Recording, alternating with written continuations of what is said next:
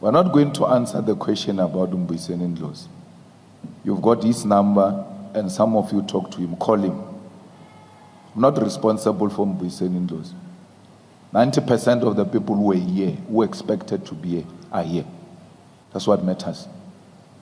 Whoever is not here was not supposed to be here from the beginning. So you are not going to reduce this organization to some individual without him.